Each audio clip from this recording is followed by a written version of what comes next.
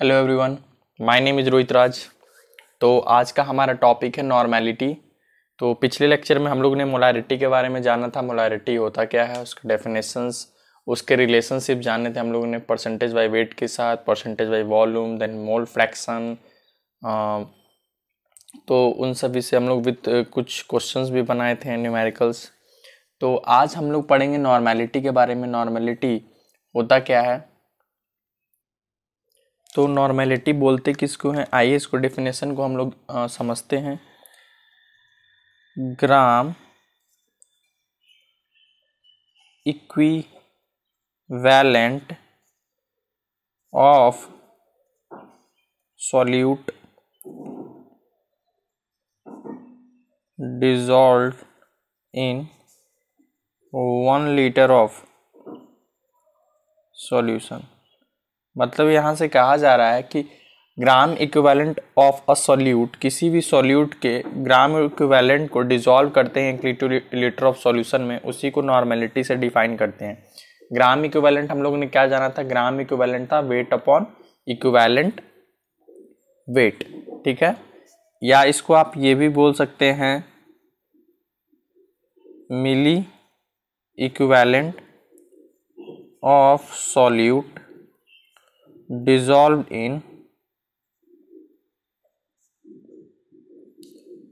1 ml of solution, ठीक है। आप ये भी इसको कह सकते हैं कि milliequivalent of solute dissolve in 1 ml of solution. तो इसको हम लोग कैसे लिख सकते हैं, नॉर्मेलिटी, जिसको हम लोग कैपिटल N से डिनोट करते हैं, उसको लिख सकते हैं ग्राम equivalent of solute upon volume of solution, किसमें, लीटर में। या आप इसको ये भी बोल सकते हैं कि ग्राम equivalent of solute into 1000 upon volume of solution आपका ml में। तो ये इसका फॉर्मूला हो गया कि नॉर्मेलिटी इक्वल टू क्या होता है आपका ग्राम equivalent of solute upon volume of solution. मतलब किसी भी 1 लीटर सॉल्यूशन में जो सॉल्यूट का ग्राम इक्विवेलेंट होगा वही रेशियो डिफाइन करेगा नॉर्मेलिटी को। तो ये चीज़ तो ऐसे हम लोग समझ सकते हैं कि जैसे ग्राम इक्विवेलेंट ऑफ सॉल्यूट इनटू 1000 को हम लोग मिली इक्विवेलेंट ऑफ सॉल्यूट बोल सकते हैं। तो इसका फॉर्मूला ये भी हो सकता है कि milliequivalent of solute upon volume of solution, किसमें, मिलीलीटर में। ये भी आपका फॉर्मूला हो सकता है क्योंकि gram equivalent of solute into 1000, ये क्या होता है, मिली इक्विवेलेंट। ग्राम में 1000 से मल्टीप्लाई करते हैं तो मिली आता है ना, तो वही milliequivalent of solute upon volume of solution. तो यहाँ से अगर हम लोग अच्छे से इसको एक्सप्लेन करें तो मान लो कि अगर लेट वेट ऑफ सॉल्यूट जो है आप मान लो कि W ग्राम है, कितना, W ग्राम होगा, ठीक है। तो इक्विवेलेंट वेट ऑफ जो आपका सॉल्यूट होगा, जिसको हम लोग E से डिनोट करते हैं, वो क्या होता है, इक्विवेलेंट वेट डिफाइन होता है molecular weight upon N factor से। क्या होता है, N फैक्टर से भी होता है, बेसिसिटी से भी होता है, ऐसी dt से भी होता है। तो आप यहाँ molecular weight upon N factor किसको बतलाता है, इक्विवेलेंट वेट को बतलाता है। तो हमारा जो ग्राम इक्विवेलेंट ऑफ सॉल्यूट होता है, जो क्या होता है, इसको हम लोग फॉर्मूला जानते हैं wait of solute upon equivalent weight, यही हमारा फॉर्मूला होता है। तो वेट ऑफ सॉल्यूट क्या माने हैं, W, इक्विवेलेंट वेट क्या माने हैं, E। तो यही हमारा क्या हो गया, वेट अपॉन इक्विवेलेंट वेट हमारा ग्राम इक्विवेलेंट होगा, ठीक है। तो अगर इसका हम लोग पहला केस देखें, मान लो कि पहला केस देखते हैं कि इफ अगर वॉल्यूम ऑफ सॉल्यूशन अगर हम लोग V लीटर मान लें, V लीटर मान लें, तो क्या होगा, देन हमारा जो नॉर्मेलिटी आएगा, जो हमारा नॉर्मेलिटी होगा, क्या होगा, नॉर्मेलिटी का फॉर्मूला था ग्राम इक्विवेलेंट ऑफ सॉल्यूट। तो ग्राम इक्विवेलेंट ऑफ सॉल्यूट कितना हुआ, W/E, तो ये हो जाएगा W/E upon volume of solution, यही होगा। इसको आप ऐसे लिख सकते हो W/E इंटू 1/V। तो ये इसका फॉर्मूला निकल के आएगा अगर वॉल्यूम V दिया रहेगा तो। वही अगर हम लोग बात करें कि हमारा, एक सेकेंड, हाँ, अगर वही हम लोग बात करें कि हमारा दूसरा केस अगर लेते हैं कि इफ़ जो हमारा वॉल्यूम होगा, वॉल्यूम ऑफ सॉल्यूशन, ठीक है, वॉल्यूम ऑफ सॉल्यूशन को VmL मान लेता है, VmL मिलीलीटर मान लेते हैं, तो हमारा क्या होगा नॉर्मेलिटी, हमारा नॉर्मेलिटी होगा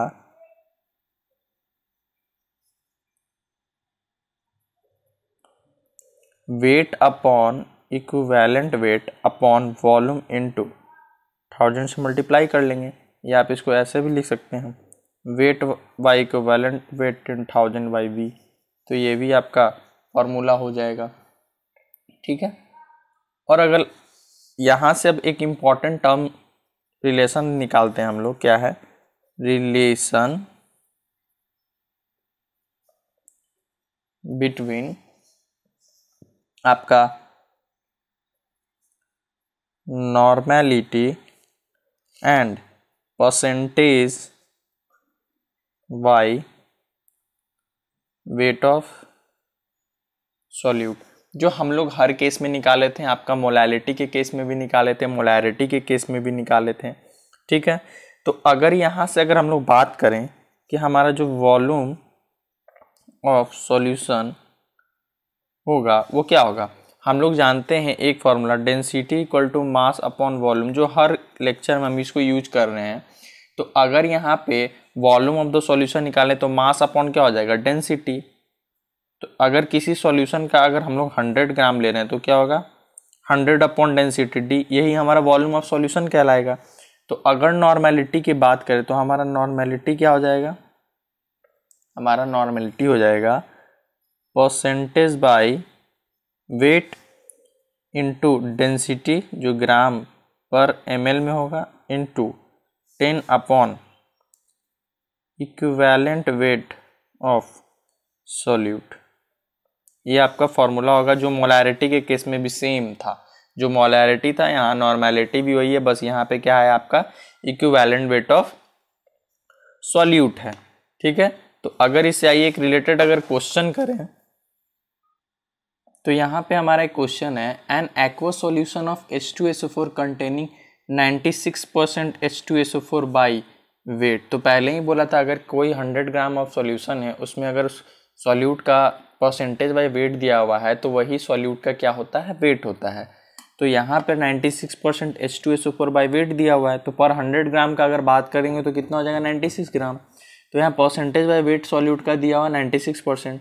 डेंसिटी ऑफ द सॉल्यूशन जरूरी है, क्योंकि देखो डेंसिटी ऑफ द सॉल्यूशन हम लोग मोलैलिटी की बात करें, मोलैरिटी की बात करें, वहाँ पे इसलिए हम लोग को निकालना पड़ता था वॉल्यूम के केस में, क्योंकि अगर डेंसिटी नहीं दिया रहेगा तो हम लोग वेट ऑफ द सॉल्यूशन नहीं निकाल पाएंगे, और वेट ऑफ द सॉल्यूशन नहीं निकाल पाते थे तो हम लोग वेट ऑफ सॉल्वेंट भी नहीं निकाल पाएंगे। तो डेंसिटी ऑफ द सॉल्यूशन यहाँ पे दिया तो हमको नॉर्मेलिटी निकालना है। तो अगर इसको सॉल्यूशन करें तो हम लोग ने अभी पढ़ा था नॉर्मेलिटी इज इक्वल टू, हम लोग ने अभी एक फॉर्मूला ऊपर में ही है, क्या है आपका percentage by wait. Percentage by wait कितना दिया हुआ 96, डेंसिटी कितना दिया हुआ 1.8 इंटू 10 अपॉन आपका क्या है इक्विवेलेंट वेट ऑफ सॉल्यूट है। तो इक्विवेलेंट वेट ऑफ सॉल्यूट क्या है आपका H2SO4 है ना यहाँ पे, तो इक्विवेलेंट वेट क्या होता है, molecular weight by n factor. तो अगर H2SO4 की बात करें तो यहाँ अगर H2SO4 को किस तरीके से लिखेंगे, 2H प्लस और SO4 2-, यही होगा हमारा। तो यहाँ से हमारा n फैक्टर कितना है, n फैक्टर तो हमारा 2 निकला, और H2SO4 का मॉलिक्यूलर वेट कितना होता है, मॉलिक्यूलर वेट देख लो 2 प्लस 32 34 16 × 4 64, तो 64 और 34 कितना हो जाएगा हमारा 98। तो अगर इक्विवेलेंट वेट अगर निकालें हम लोग, जैसे ये इक्विवेलेंट वेट है, यहाँ लिखते हैं, अगर इक्विवेलेंट वेट H2SO4 का निकाले तो कितना हो जाएगा 98/2 कट गया, कितना आ गया आपका 49। तो अगर ये 49 यहाँ पुट कर दिए, ये पॉइंट्स हटा के 10 किए, 10 से 10 कट गया, तो आपका यहाँ पे ये आपका नॉर्मेलिटी निकल के आ गया। ये आपका क्या रहा नॉर्मेलिटी। आप इसको सॉल्व करेंगे तो इस H2SO4 सॉल्यूशन का नॉर्मेलिटी आपका निकल के आ जाएगा। अगर दूसरी रिलेशन की बात करें तो relation between normality and percentage by volume of किसका सॉल्यूट का। वहाँ हम लोग परसेंटेज बाई वेट पढ़ा था, यहाँ परसेंटेज बाई वॉल्यूम किसका सॉल्यूट का। तो इसका जो फॉर्मूला होगा, इसका फॉर्मूला होगा नॉर्मेलिटी हो जाएगा परसेंटेज बाई वॉल्यूम। देखो यहाँ वॉल्यूम दिया हुआ है आपको डायरेक्ट, तो आपको डेंसिटी की ज़रूरत नहीं होगी।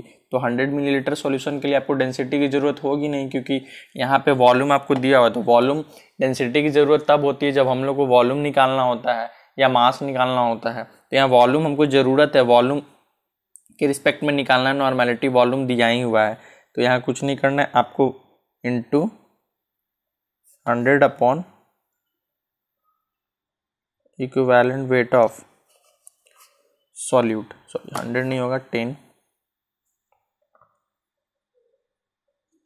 ठीक है। ये आपका एक फॉर्मूला निकल के आ गया। तो अगर इसका क्वेश्चन भी अगर एक करते हैं, मान लीजिए अगर क्वेश्चन ऐसा कुछ दिया रहे दैट एन, कोई एक एक्वस सॉल्यूशन लेते हैं, aqueous solution of nitric acid, ठीक है, HNO3 containing 80% HNO3 by volume. 80% HNO3 क्या वॉल्यूम ले लेते हैं। तो यहाँ से बोले कि मान लीजिए आप निकालिए इसका कैलकुलेट नॉर्मेलिटी किसका नॉर्मेलिटी ऑफ सॉल्यूशन। तो बस आसान सा चीज़ है, आपको डायरेक्ट क्या करना है, यहाँ पे दिख रहा है फॉर्मूला है, आपको पुट करना है। तो नॉर्मेलिटी अगर n से डिनोट करते हैं तो परसेंटेज बाय वॉल्यूम हमारा कितना दिया हुआ है 80% इंटू 10। अब इक्विवेलेंट वेट है तो HNO3 का क्या होगा molecular weight bye n factor. तो HNO3 का क्या होगा H प्लस NO3 माइनस, यानी n फैक्टर उसका कितना आ जाएगा 1। n फैक्टर कितना रहेगा 1, 14 1 15 और 16 3 48, तो 63। तो यहाँ 63 पुट कर देंगे तो कितना आ जाएगा 800/63, अप्रॉक्स आ जाएगा आपका 12.7 n। तो ये आपका यहाँ से क्या हो गया नॉर्मेलिटी निकल गया, जो बहुत ही इजी तरीके से। तो आगे देखते हैं हम लोग अब आगे पढ़ेंगे यहाँ पे, जो वो भी बहुत ही इम्पोर्टेंट है, रिलेशन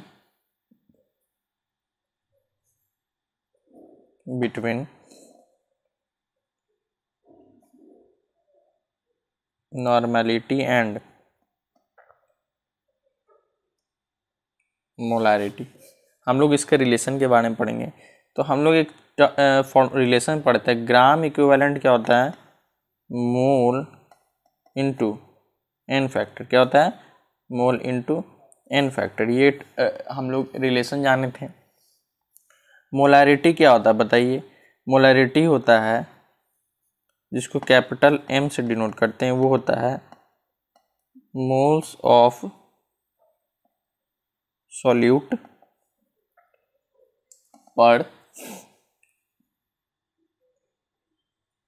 लीटर सॉल्यूशन। यही होता है जो moles of solute per litre of solution होता था। और नॉर्मेलिटी क्या होता है,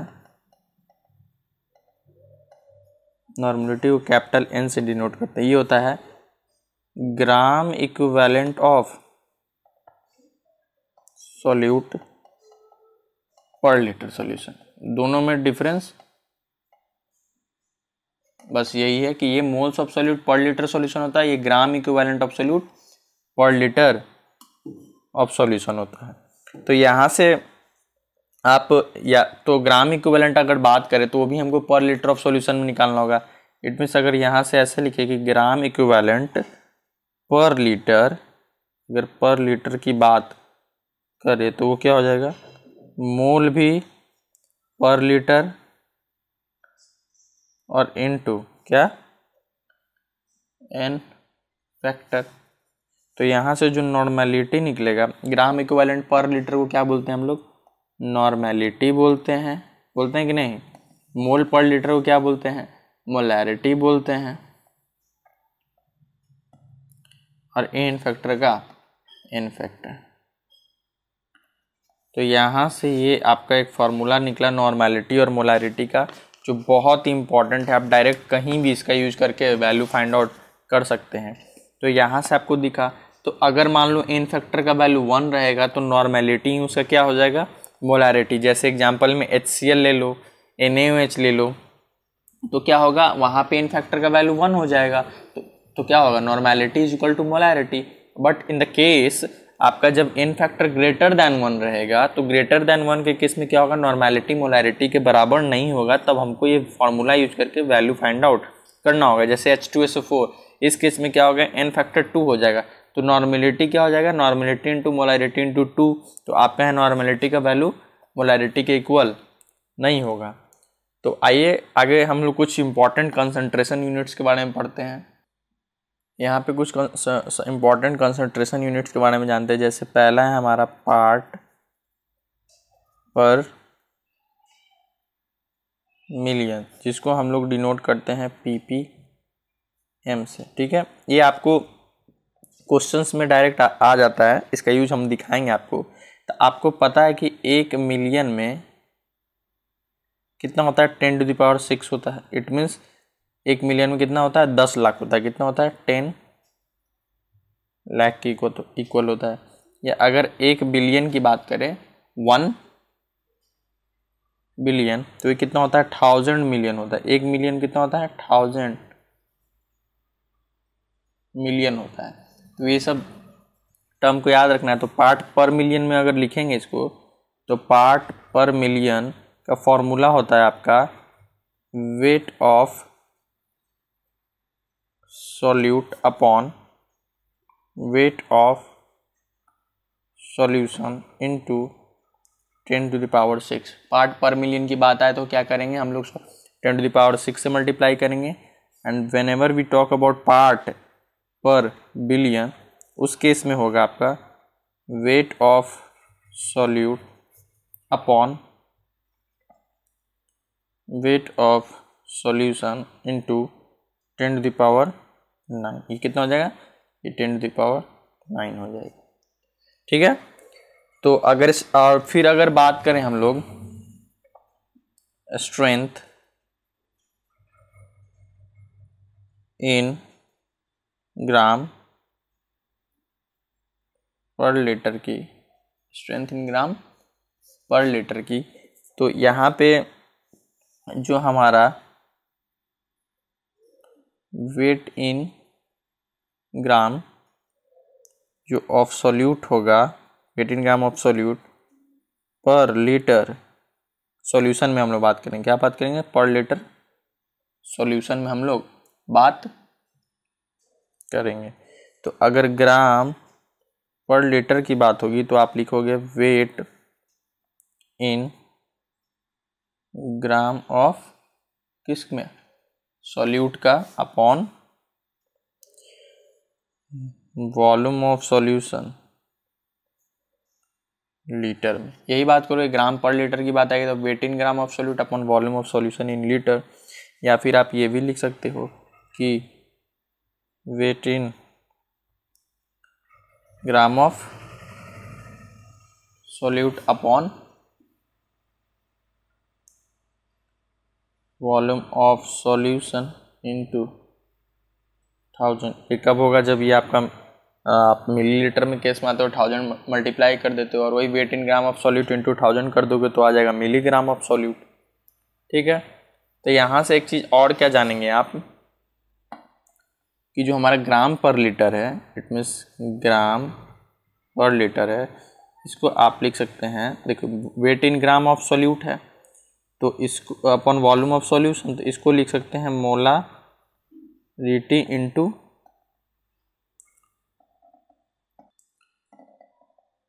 molecular weight of solute upon, या इसको ये भी लिख सकते हैं कि that normality into equivalent weight of solute, क्योंकि देखो, और ये दोनों इंपॉर्टेंट फॉर्मूला को आप कहीं भी यूज कर सकते हैं। अब ये कैसे आया, मोलारिटी को आप लिख सकते हो नॉर्मेलिटी इनटू एन फैक्टर, तो आप फॉर्मूला इक्विवेलेंट वेट का जानते हो, आप इक्विवेलेंट वेट का क्या जानते हो, molecular weight by n factor, यही चीज़ जानते हो।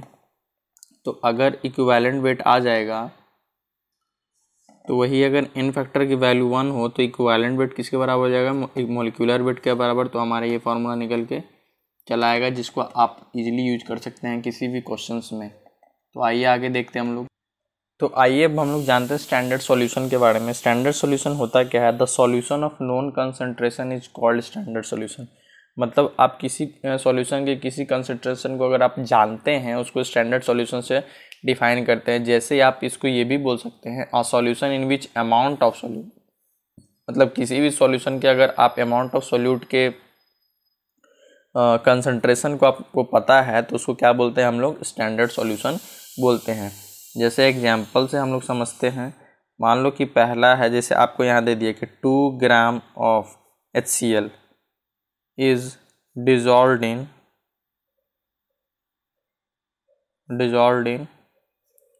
400 ml ऑफ सॉल्यूशन।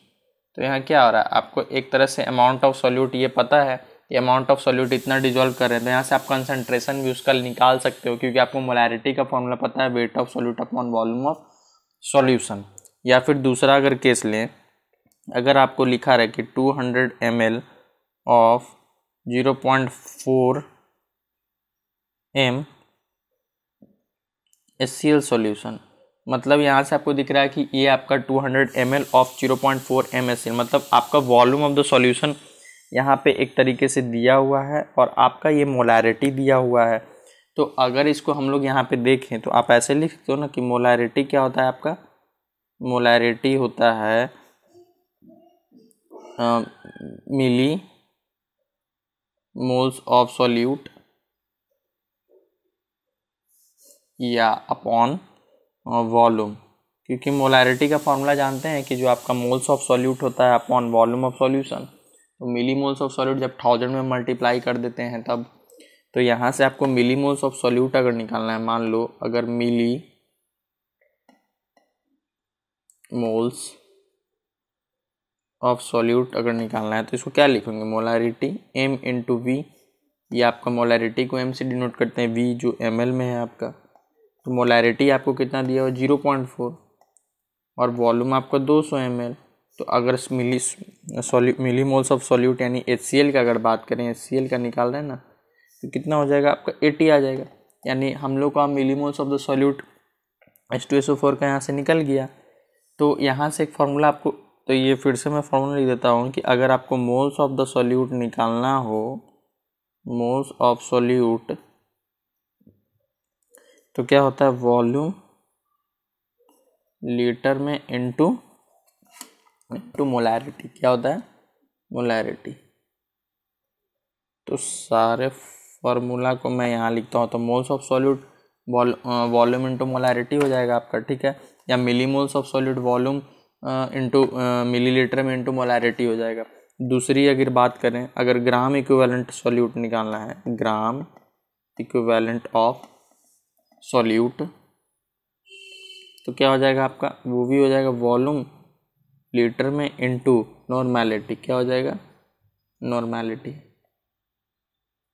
ठीक है, या मिली इक्विवेलेंट ऑफ सॉल्यूट हो जाएगा, वो भी वॉल्यूम ml इंटू नॉर्मेलिटी। तो ये दोनों आपका एक इम्पॉर्टेंट फॉर्मूला निकल के यहाँ से आता है, जिसको आपको लर्न करना है, जिससे आप क्वेश्चन इजीली बना सकते हो। तो यहाँ पे हम लोग पढ़ेंगे डाइल्यूटिंग ऑफ सॉल्यूशन, या उसको डाइल्यूशन इफेक्ट भी बोलते हैं और लॉ ऑफ डाइल्यूशन भी बोलते हैं। तो ये है क्या, यहाँ पे बोल रहा है when a standard solution is dilute by adding the solvent, मतलब कोई भी स्टैंडर्ड सॉल्यूशन के बारे में आपको बताएं कि जिसमें आपको कंसंट्रेशन ऑफ किसी के सॉल्यूट के बारे में, आपको अमाउंट ऑफ सॉल्यूट कितना है आपको पता रहे, उसी को स्टैंडर्ड सॉल्यूशन बोलते हैं। तो when a standard solution is dilute by adding the solvent, मतलब उसमें सॉल्वेंट मिला के उस सॉल्यूशन को अगर डाइल्यूट करें, then the volume of solution is increase. तो वॉल्यूम क्या होगा, ऑब्वियस सी बात है, अगर आप कोई चीज़ उसमें ऐड कर रहे हो तो सॉल्यूशन का वॉल्यूम क्या होगा, इंक्रीज करेगा। एंड द कंसंट्रेशन, जो मोलैरिटी और नॉर्मेलिटी होगा वो क्या करेगा, डिक्रीज करेगा। मोलैरिटी, कंसंट्रेशन और नॉर्मेलिटी क्या करेगा, आपका वैल्यू डिक्रीज करेगा, क्योंकि आपको पता है कि मोलैरिटी इज इक्वल टू क्या होता है, moles upon volume of solution. तो देखो एक तरह से इनवर्सली प्रोपोर्शनल होता है। अगर आप वॉल्यूम ऑफ द सॉल्यूशन को बढ़ाएंगे तो मोलैरिटी क्या होगा, उसका कंसंट्रेशन डिक्रीज करेगा, but the amount of solute does not change. Amount of solute जो होगा, मोल या ग्राम इक्विवेलेंट जैसे भी जिस टर्म में, वो आपका चेंज नहीं होगा। तो अगर फॉर डाइल्यूशन की बात करें, फॉर डाइल्यूशन तो आपका होगा V1M1, ये रिलेशन आता है V1M1 is equal to V2M2, ये होता है V1M1 इंटू V2M2। यानी V1 और M1 क्या है, ये जो भी आपका है ये ओरिजिनल सॉल्यूशन के लिए, ये क्या है, ओरिजिनल सॉल्यूशन के लिए, यानी वॉल्यूम और ये जो मोलैरिटी है आपका ओरिजिनल सॉल्यूशन के लिए दिया हुआ है, और ये जो वॉल्यूम और मोलैरिटी है आपका बाद का, वो है डाइल्यूट सॉल्यूशन का, मिक्स करने के बाद। ये किसका है, डाइल्यूट सॉल्यूशन का। ये किसका है, ओरिजिनल सॉल्यूशन का है। तो यहाँ से अगर हम लोग देखें, अगर V2 अगर ग्रेटर देन V1 रहे तो क्या होगा, M2 स्मॉलर देन M1, क्योंकि इनवर्सली प्रोपोर्शनल। अगर आपका वॉल्यूम बाद का ज़्यादा हो जाएगा तो मोलैरिटी क्या हो जाएगा, कम हो जाएगा। तो मोल्स या मिलीमोल्स कोई भी सॉल्यूट बिफोर डाइल्यूशन क्या होगा, इक्वल टू द मोल या millimoles of solute after dilution. मतलब जो आपका यहाँ पे हम लिख देते हैं कि मोल्स या मिलीमोल्स, मोल्स ऑफ सॉल्यूट ही लिख देते हैं जो बिफोर डाइल्यूशन होगा, बिफोर डाइल्यूशन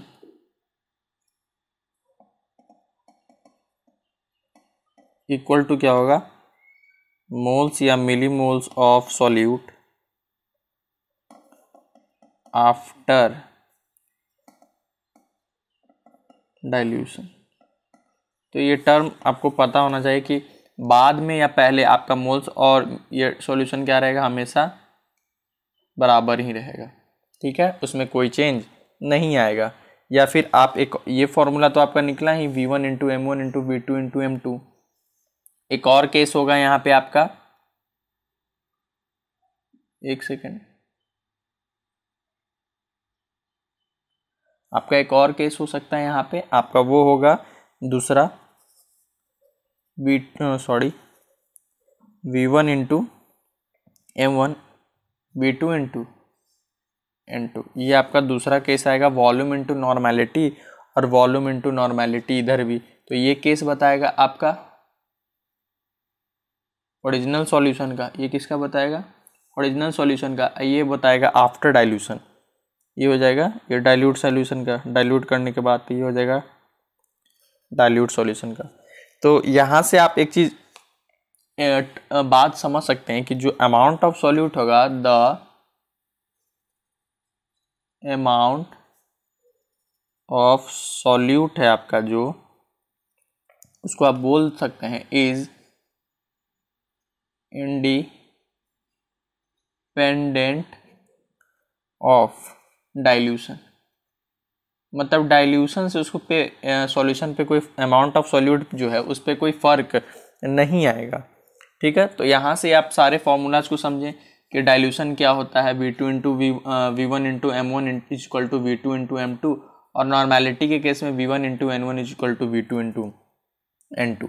तो आइए इससे रिलेटेड कुछ क्वेश्चंस करते हैं हम लोग।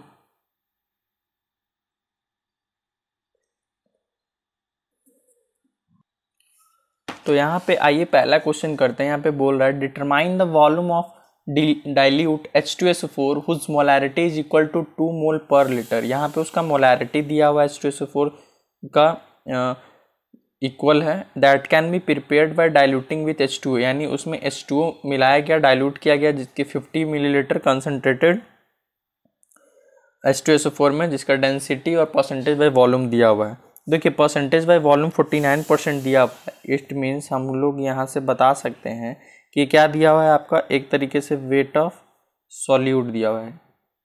तो वेट ऑफ सॉल्यूट कितना दिया हुआ है आपका, 49 ग्राम दिया हुआ है। तो यहाँ से 4 अगर आप कंसनट्रेटेड H2SO4 की बात करें तो यहाँ से आपको मोलैरिटी निकालना होगा, क्योंकि देखिए आफ्टर डाइल्यूशन आपका वॉल्यूम पूछ रहा है यहाँ पे कि डाइल्यूट होने के बाद का वॉल्यूम कितना होगा। तो इनिशियली तो हमारा वॉल्यूम पता है, इनिशियली वॉल्यूम हमारा 50 ml था, और मोलैरिटी भी पता है आपको। मोलैरिटी जैसे अभी निकालेंगे, ठीक है, तो यहाँ से पहले हम लोग निकाल लेते हैं मोलैरिटी क्या होता है। तो मोलैरिटी को M से डिनोट करते हैं। फॉर्मूला होता है क्या, percentage by weight into density जो होता है ग्राम पर मिलीलीटर में, upon into 10 upon molecular weight. तो यहाँ से अगर परसेंटेज बाय वेट 49 दिया हुआ है, इंटू डेंसिटी 1.8 है, इंटू 10 अपॉन ये भी आपका कितना हो जाएगा 98, ठीक है। तो H2SO4 का 98 डिवाइडेड बाई 98 इसका मॉलिक्यूलर वेट हो जाएगा। तो यहाँ से आप देखो अगर 10 to 10 काटो, 10 से 10 कैंसिल, ये से 2 से और ये 9 से, इट मीन्स हमारा मोलैरिटी निकल के कितना आ गया, 9 आ गया मोलैरिटी। तो और V1 हमारा कितना दिया होता, V1 हमारा 50 ml दिया हुआ था। तो अगर फॉर डाइल्यूट, ये कंसनट्रेटेड H2SO4 था, पहले की बात हो रही थी। अब आफ्टर डाइल्यूशन, तो फॉर डाइल्यूट H2SO4 की अगर बात करें हम लोग, फॉर डाइल्यूट H2SO4, तो हमारा क्या होगा, V1M1 is equal to V2M2, यही फॉर्मूला होता है हमारा। तो देखो V1 आपका कितना था 50, मोलैरिटी कितना आपने निकाला 9 कंसनट्रेटेड H2SO4 के लिए। V2 आपका पता नहीं था और उसका मोलैरिटी दिया हुआ था आपको यहाँ पे 2 मोल पर लीटर, तो आपने 2 पुट कर दिया। तो यहाँ से जो V2 आ गया आपका कितना निकल के आ गया 225 ml। 2 से 25 बार में खाया जाएगा और 25 इंटू 9 225 ml। समझ में आया। उसी तरह अगर अगले क्वेश्चन को करें तो यहाँ दिया हुआ 29.2% weight by weight HCl stock has a density आपको दिया 1.25 gram per millilitre. The volume of ml में of stock solution required to prepare 200 ml solution of 0.4 m HCl। ठीक है, तो यहाँ पे आपको परसेंटेज बाय वेट दे दिया है, HCl का डेंसिटी दे दिया है। तो आपका इनिशियली वॉल्यूम पूछ रहा है कि कितना ज़रूरत होगा कि आपका 200 मिलीलीटर रिक्वायर्ड मतलब प्रिपेयर होकर सॉल्यूशन बन के आए, जिसका मोलैरिटी HCl का कितना दिया हुआ है 0.4 आफ्टर द डाइल्यूशन। तो पहले तो केस है हमारा, यहाँ पे हम लोग क्या निकालना है, हम लोग को यहाँ निकालना होगा मोलैरिटी जो M1 होगा इनिशियली। ठीक है, तो मोलैरिटी अगर निकाले तो हम लोग फॉर्मूला जानते हैं परसेंटेज बाय वेट, तो 29.2 इंटू डेंसिटी 1.25 इंटू 10 अपॉन क्या मॉलिक्यूलर वेट। तो आप HCl का कितना होता है मॉलिक्यूलर वेट 36.5। देखो इस पॉइंट से ये इस पॉइंट गया, यहाँ से इंटू 100 नीचे ले आए, तो ये 25 से 5 बार में जाएगा, ये 4 बार में जाएगा। ठीक है, और देखते हैं इसको 4 से इसको 3 बार में जाएगा, और इसको देखते हैं 5 से 35, 5 3 ये 73 से 70, यानी हमारा मोलैरिटी निकल के आ गया कितना 10। तो मोलैरिटी अगर 10 निकल के आ गया तो फॉर डाइल्यूशन की बात करें हम लोग यहाँ पे, तो फॉर्मूला हम लोग जानते हैं V1M1 is equal to V2M2। तो हम लोग को यहाँ V1 तो नहीं पता, बट M1 हम लोग ने निकाला 10, V2 हमारा 200 ml दिया हुआ है और मोलैरिटी भी दिया हुआ 0.4। तो यहाँ से अगर V1 निकालें तो कितना हो जाएगा 200 इंटू 0.4 अपॉन 10। तो यहाँ 100 से 2 बार में कटा, तो हमारा जो वॉल्यूम आखिरी आया वो कितना आ गया जो हमारा रिक्वायर्ड वॉल्यूम था वो कितना था 8 मिलीलीटर था सॉल्यूशन का। उसको डाइल्यूट किए तब हमारा कितना हो गया था 200 ml। तो यहाँ से समझ में आया क्वेश्चन से कैसे हम लोग को यूज करना है, कैसे हम लोग को बनाना है क्वेश्चंस को आफ्टर डाइल्यूशन, कैसे फाइंड आउट करना है वैल्यूज़ को। Okay, thank you.